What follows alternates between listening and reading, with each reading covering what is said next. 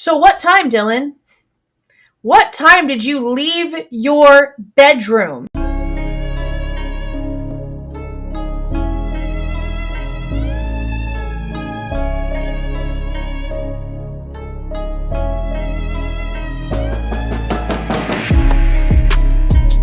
Hey guys, this is Jules with True Crime Reactions. Disclaimer. Everything stated in this video is my opinion and my opinion only. And just like everything else in these cases we discuss here on this channel, everything is alleged. So as you guys know, as I've been doing my longer project of going through the Blaker and Payne probable cause affidavits in the Idaho 4 case for the arrest of Bryan Kohberger, I stop and do smaller videos of things that I come across that kind of make my brain do a little bit of this, and I want to get out there so that we can have a discussion about it before we go through the full thing. If you've missed the last couple of drops, there was this one, and then there was this one, and this one's pretty much part of it too.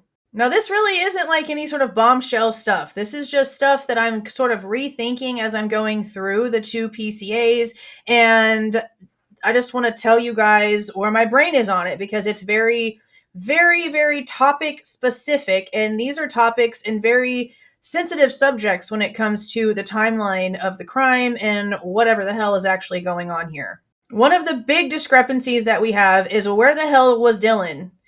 The PCA, when it came out, told us that she was on the second floor in her room, heard noises, got up a few times and opened the door to...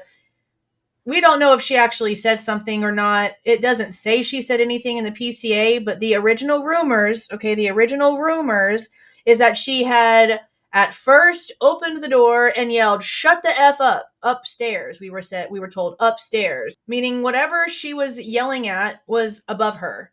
And the PCA does start that way. It starts with her claiming to have heard what she thought was Kaylee playing with Murphy in a bedroom on the third floor. Honestly, that right there, now that I'm saying it again for like the 13,000th time, also does make it seem like Dylan was under the impression that Kaylee was in her own bedroom at first. I think that Kaylee was in her bedroom, heard something or thought something was going on with Maddie, walked down to Maddie's room, interrupted the attack that was going on in that room, which is also why I believe whenever they state that her wounds were more severe, I believe that it's because it was a different emotion of attack, that whatever was going on with Maddie was different than whatever happened with Kaylee, as in shocked, surprised, angry. It's a different attack is how I see it playing out in my head. Not that it was technically personal against Kaylee, but that it was personal against the person attacking Kaylee, because now at this point they felt that Kaylee had wronged them by coming in and startling them and interrupting what was happening, maybe. That's just, again, how I've seen it in my head. Now, again, the PCA puts Dylan in her own bedroom in the middle of the house on the second floor. But what we heard in the very beginning was what? That both of the girls were downstairs. Well, then whenever we started digging and we saw footage and saw what was actually going on, we realized there was only one person actually in a bedroom downstairs. That would be Bethany. That the other room was technically vacant, but had Ethan's golf clubs and some other things in it, but there was no one living in there. That was not a bedroom. It was basically storage from what it looked like. And we also know that Kaylee had not moved out. Her bed, her furniture, plenty of things are still in her bedroom. But we were also told that Ethan was just spending the night there. And that's not really the truth either. He apparently was not living at the frat house and was most likely living with Xana, even though the PCA states he wasn't a resident there. The PCA says a lot of things that aren't true. Both of them do. But that makes this even worse, and I think is the reason why everything that's going on with Dylan and Bethany is going on with Dylan and Bethany, because it sort of proves a point. It proves knowledge. It proves knowledge, okay? Now, the PCA says this. Dylan stated she originally went to sleep in her bedroom on the southeast side of the second floor. If you ended up somewhere else in the house, that's the only time you would use the term originally, meaning that there was a secondary location giving ownership to by using the word originally. I ran that by my daughter and she agrees. You wouldn't be needing to use the word originally in this statement if that's where you ended up at the end. So it sounds as if her originally going to sleep, meaning going into her bedroom, getting in her bed with her door shut, and all of those times in the PCA that she is claiming that she was woken up by noises and that she opened the door and saw whatever walk past her. I think up until claiming to have seen somebody walk past her, she's not lying, if that story came from her. But I don't believe the rest of it about the frozen shock phase and locking yourself in your bedroom. Because what were we told by the family? What were we told by Christy Goncalves? We were told that collectively the two roommates were unable to get into Xana's room, so they called Hunter Johnson.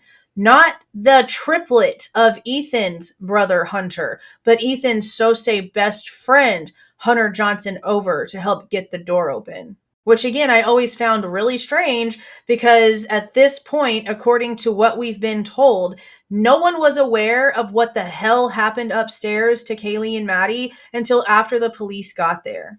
Hunter Johnson got there, got the door open, was just able to open the door because of the way that Ethan's body was blocking it just enough to see inside and yell at the two roommates to get the F out and call 911.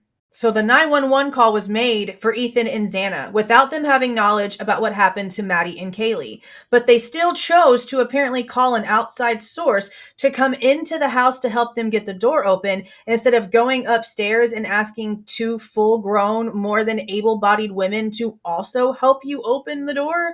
That's the part that I find strange. Well, that's one of them. In digging for stuff for my comparison video of the two PCAs, I also came across this. Surviving roommates, and they were downstairs, just to clarify that for you, sir. Okay, downstairs, right, on a different floor from where it appears where the murders took place. That's Kaylee Goncalves' brother. You don't really see too much of him, but he did do a couple of interviews and a couple of things in the beginning of the case. And this is him even claiming downstairs. They were downstairs.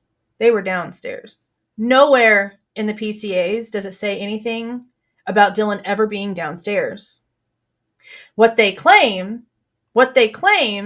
is poor Dylan. She had somebody walk past her doorway clad in black wearing a mask, and even though it was a party house and noises were normal, and she had already heard people moving around the house, it startled her enough that she went into a frozen shock phase and locked herself in the room for 8 hours before then calling other people to come over to the house before first calling the cops. Now again, I believe that she got up out of her own bed, opened the doors because she heard some noise, and I think maybe she did see somebody. She might have actually seen somebody walking around. But for her to then let the PCAs say that she locked herself in her room in a frozen shock phase, and that's where she stayed in her own bedroom the entire time until she called somebody to come over to the house and then 911 got called, is a lie. If the people that were actually told about what happened and how the crime scene was are saying that they were actually both downstairs. So what time, Dylan? What time did you leave your bedroom? Is that how the latent footprint got there? Because Dylan and Bethany were going back and forth and running and walking around the house doing stuff? I mean, what else is the answer to that? Whenever we've got the PCA clearly telling us by using the verbiage that they are using that she was just originally in her bedroom, but that's not where she ended up by the end of the time.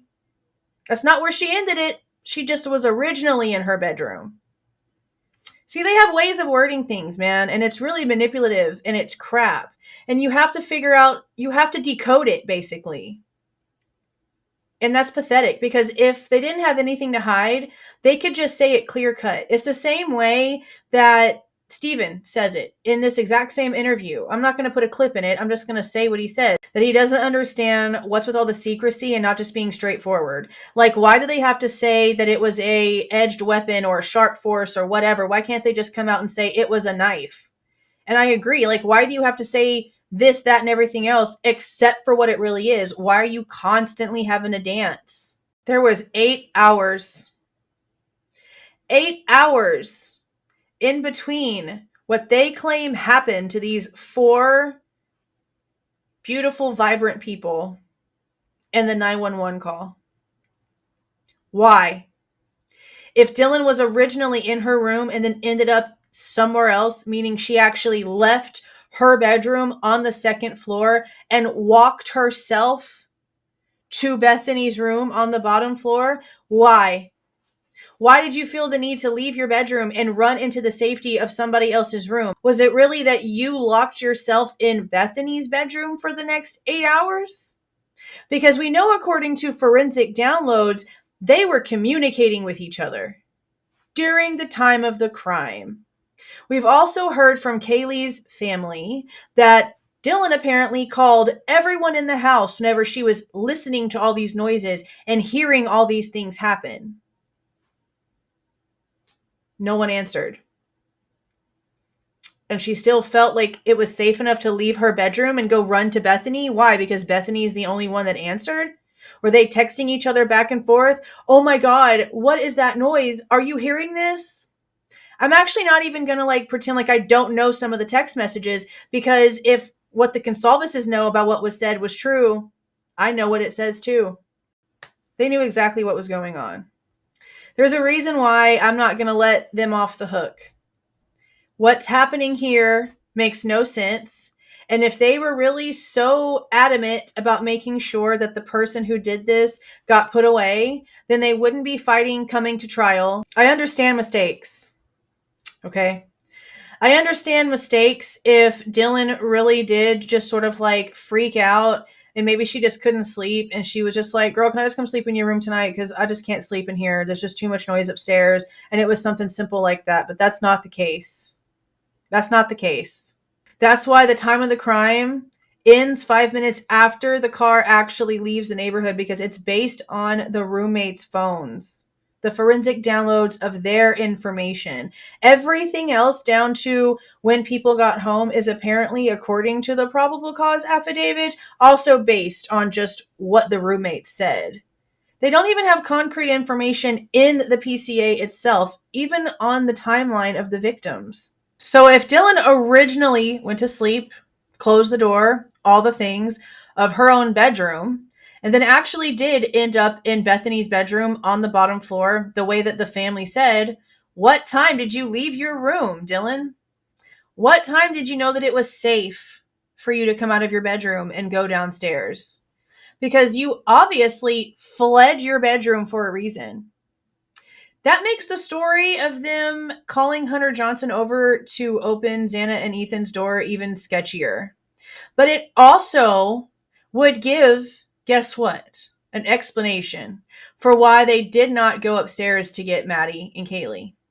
Because if whatever they heard freaked them out enough to lock themselves in Bethany's bedroom for hours on end before calling the cops, if that was the case, then doesn't that sort of allude to them knowing that they weren't alive?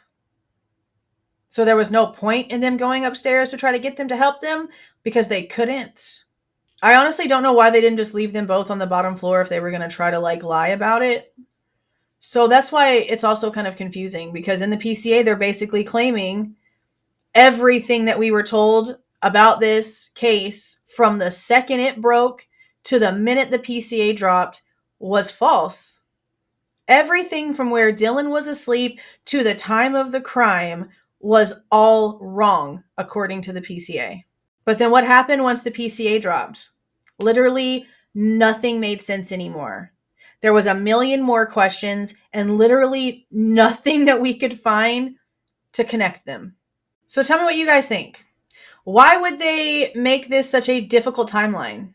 Why wouldn't they have just told us from the beginning that Dylan was on the second floor and then ended up in the bottom floor? Well, probably because we would have more questions for her. And for some reason, we're not allowed to ask questions about Dylan and Bethany. For some reason, they are super protected by the police. And that doesn't make any sense to me. The only way that works is if somebody else is responsible for what happened here, and the people responsible for what happened here are the ones being protected, not the girls themselves. It's just their secrecy that's being protected. Basically, their lives depend on their silence, in my opinion. Like I said, it only takes one domino. It only takes one thing to start a ripple effect. I think it proves that she definitely knows more than what they're trying to tell us. I think it proves that something happened that caused her to go from her bedroom down to the bottom floor, and that makes there be even less of an excuse for an 8-hour delay in the 911 call. But again, it also gives some sort of answer as to why they would instantly call an outside source instead of going upstairs to get Maddie and Kaylee whenever they could not get Xana's door open at first. It makes certain things fit, but then it makes me feel disgusted about everything else. There's a deeper reason for all this secrecy. No one's going to make me change my mind. And I'm not claiming to know all the answers. I just know that I have a really, really, really strong theory. And the more that I go through all of the beginning stuff and I go through these PCAs, the more it just concretes the way that I've been feeling this entire time. But let me know what you guys think about this down in the comments. If you like the way that I present this information and give my opinion, please don't forget to leave a like on the way out. Subscribe to the channel if you were not subscribed already. And please don't forget to make sure that that notification bell is set to all so you don't miss any of my rants, reviews, reactions, updates, or deep dives. See y'all.